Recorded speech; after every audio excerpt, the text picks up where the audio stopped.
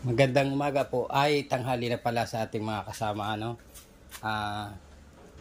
Paano ba natin malalaman talaga kung ang panindang nabili natin na for sure, halimbawa ng 500 rounds na sawa,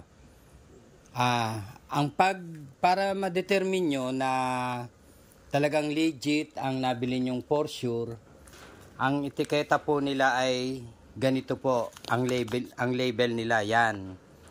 Yan po ang legit na label ng for sure product.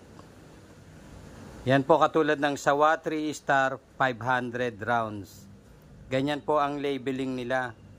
So, kung hindi po ganyan ang label, magtaka po kayo o magpa-legit check po kayo sa ating mga kasama, kakilala sa ating mga nakaka-chat na bumibili rin ng fireworks. Ipa-check nyo po kung yung for sure na nabili nyo ay ganito po ang etiketa o label. Madulas po yung papel nito. Tapos, ganyan po talaga ang label nila. Ngayon, kung hindi po ganyan ang label na mabibili nyo, magkaroon po kayo ng doubt, magtanong po kayo sa ating ibang kasama. Lahat po kasi ng label nila, tulad nito, ito 5 star, no? Ito 5 star, yan.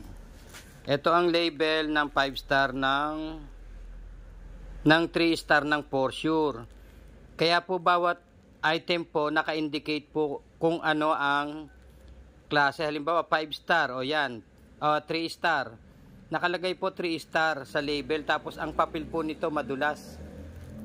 Madulas po yung papel niya. Yan, bawat po isa, kung complete po yung nakalagay, no? Tulad niya ito, pakete, 3 star pakete. Ito naman po Sawa 500 rounds. At sa susunod po natin na na ipapakita yung iba namang label na ibang sukat nila, katulad ng higad, yan. Ganyan. Ipapaano rin natin ang ang label ng higad, no? Para hindi po kayo maligaw sa mga bumibili po, siguraduhin ganito po ang label. Sige po, salamat.